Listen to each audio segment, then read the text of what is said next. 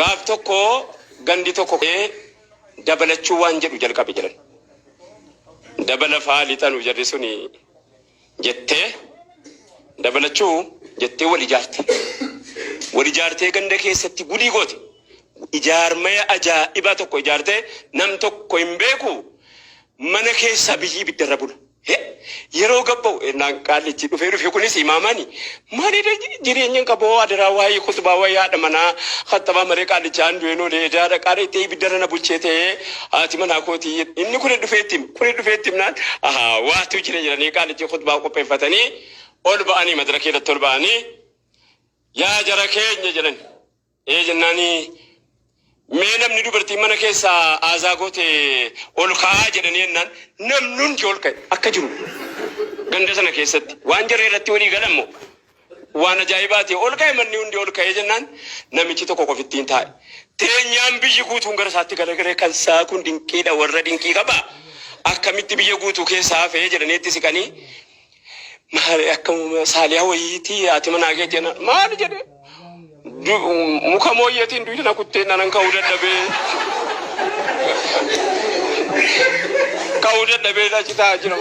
maal saaliyaa maal kan koo irra caalaadha malee manaa beekuu dhabe malee duwidi koo takka jirutti jiraafan ol ka'uu dadhabee egaa bakka kanatti yoo jaran hirmaachisin yoo jarri kun yeroonis immoo waan inni hojjetaa jiru argaa jirtan jara ol babaasuu waan jedhamu tokko jira ogumaata isiin amma fakkeenyaaf walga'ii liigii ani naannigan jedha utuu sila akka kootiitti afaan oromoo yoo godhinaan jettani naanniga du'aataaf ulamootaan jedha haroo walitti qabamaa jechuudha naannigni kun bakka bakkaa walitti yaa'a namni gammoojjii Harargee taa'e beeka naanniga jechuun namni beeku nama gammoojjii Harargee taa'e beeka bakka galaanni bakka hundaa walitti yaa'u naanniga qotamaaf naanniga qophaa'e sanatti gayyaa yeroo gayyaa isan achitti walitti qabamee achi biyyi dhugee irraa fayyadama kanaafi utuu sila naanniga ulamaatii fi du'aatotaa jedhaniin irra fiqa liigii namaan galu raabitaa amma afaan arabaa beeku qofa beeka kanaa jennaan deka sana bu'ee asoosaadhaa hamma dhaqee jijjigaa ga'u itti nama ulaa nama haadha dha'u waan jedhamuun ergaa dabarfadha kan biraa maal namarraa barbaachisaa gumaata isaa nu namni harkaana qofa gadhaabee lafaa qabu bolokeetii dhuma tokko taa'anii as dhiyaachuudha malee waa bira waan barbaachisan qabu. Ani gidaara kana keessa bolokeetii tokko yoon ta'e dhufe ulaa kana tokko nan cufaa jedhee namni hundi nuuf qopheessuudha. Yoo namni kun hundi isaa wal ga'ee hin godhin rabbii jinniidhaanis diiniin kaddamata rabbii waan isa nama isa gabbaru hin dhabne. Gaafa ergamaan rabbii alayhi salaatu wassalaam ganda ummi macbad gahu namni oduu dhufee hime namaa miti للبات للبي جدا دبوب كرامكات دفه جزا الله رب الناس خير جزائه رفيقين حلا خيمتي معبدي هما نزل بالبر وارتهلا به ويا فوز من أمسى رفيق محمد ودوسنا نمني دبته نمامتي قمات ساباتي ريني قود ساتي ربي ونمان نمسا إسادابتو طولا سالفا قبا وان حفوهن قمني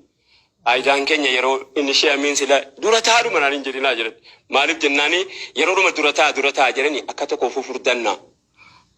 keessa keenya tokko afaaniin fayyadu dubbachuu dadhabni harkaan jenna akka iraqin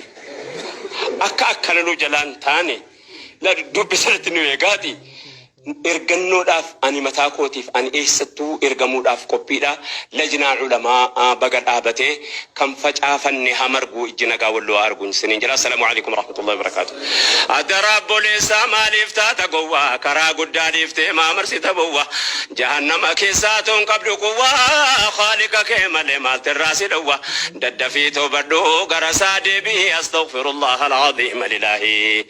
toobadhaa ummata nabiyyi rahmataa utuun كرم بل توبته لكن إذا كنت نيات فكاتا سعن قبابتي أدول لتاكاتا فسان دنت والجبان جباتا دنيا داف مراتا فإنا لله أستغفر الله العظيم لله السلام عليكم ورحمة الله وبركاته